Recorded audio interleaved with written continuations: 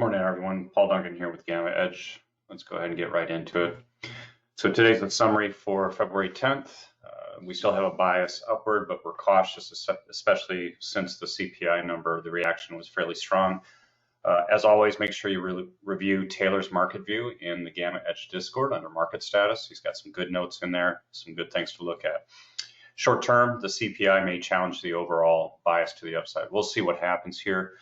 Medium term, breadth is improving. This is a good thing, but it's still weak, so we have to be cognizant of that.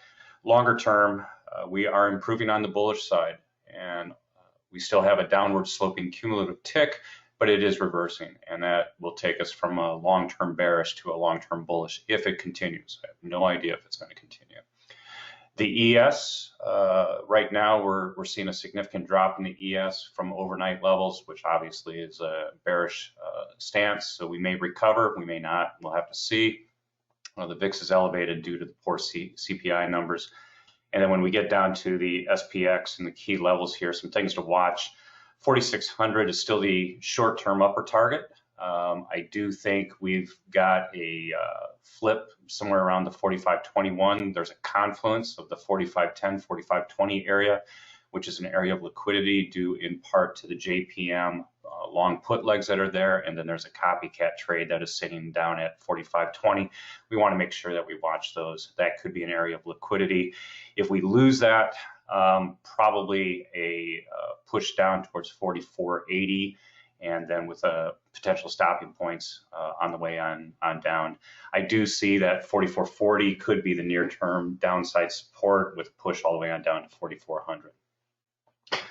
Overall, from the cumulative tick perspective, we've had now driving with the rearview mirror, 4 days of successive upticks. Yesterday was incredibly strong. We call that a linear up signal. If you were not getting on the bus yesterday, at least in some part, you may have missed part of this move.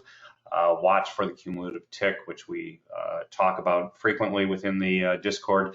Make sure you're paying attention to what we post there. The ES futures and levels, as I said, we have got some elevated VIX going on. It actually jumped after I posted this picture. So there is some uncertainty with the VIX, and of course that there's a corresponding drop in the ES. Looks like the upside targets are still going to be 4,600. We've got some zeros that moved up slightly, 44.52 and 44.75, and all the levels are as indicated here in the middle of the screen.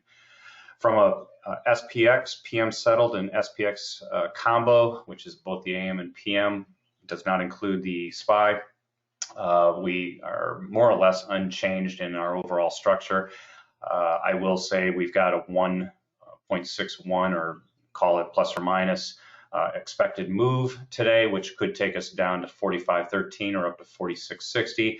Need to adjust that range to the open, the 1.6%, but just be aware we've got on the overhead, we've got that 4,600 sitting there, which could offer significant overhead resistance if we were to try to push up.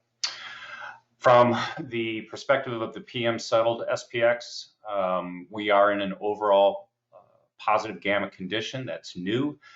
I would say down here at 45.10, which is that JPM long put leg, it's going to offer significant liquidity down there at the 45.10, and you can see the corresponding 45.20. If you recall, we do have a zero that's sitting down here also.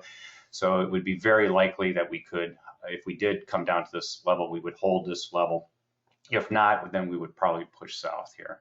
Upside 4,600 and then 4,650, you can see significant positive gamma up there. And so if we break through 4,600 and are able to hold it, we will probably push upward above that into the close if we're there today. I actually think a nice resting area would be between 45.60 all the way on down here to about 45.20. I think that's a good settling area for us today on Thursday. When we look at the expiry more or less confirms that. This is for tomorrow. We have a net positive gamma expiry. So more positive gamma expiring than negative. That's interesting. If those get monetized, we could actually see some downside pressure. I think that's important. Square 3, which is on the screen right now, does show a fairly broad range that we could park and hide into tonight as well as into tomorrow. This will have more definition tomorrow, of course, with today's action. But just simply know that range is that 45.80, 45.85, all the way on up to about that 44.85, 44.80, all the way up to the 45.60 range. Fairly broad. You can see it going back and forth. Major change here in the expiration profile. We've lost almost all downside put expiry for tomorrow. Most of the puts relative to the amount of positive gamma have been vaporized. That's very, very interesting. That's a very different picture. I urge you to go back to yesterday's presentation, take a look at that. That suggests that we may have some downside pressure if this doesn't change today and into tomorrow, so we'll have to take a look at that.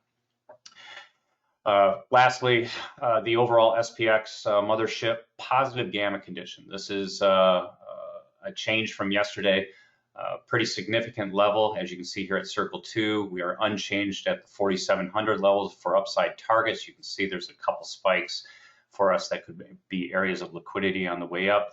On the way down, if we can't hold that 45.10 that I was talking about and drop below where here it's indicated at circle 5, we could actually push south pretty aggressively down to 4,400. I don't think that's going to happen, but nevertheless, something to look at. And then over here at circle 6, just want everyone to be aware that we got 35% of the SPX complex expiring between today and EOD on next Friday. That's significant. This is a $6.1 trillion complex.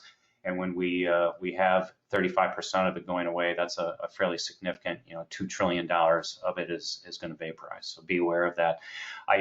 Again, I want to highlight, we do have a flip here up around 45.20, 45.21 area, plus with this negative gamma here with the JPM hedges and with the copycat hedges. That's something to pay attention to. All right, hope you found this useful. If you have any questions or comments, don't hesitate to reach out to us in the Discord. Thank you for your time. Look forward to your comments.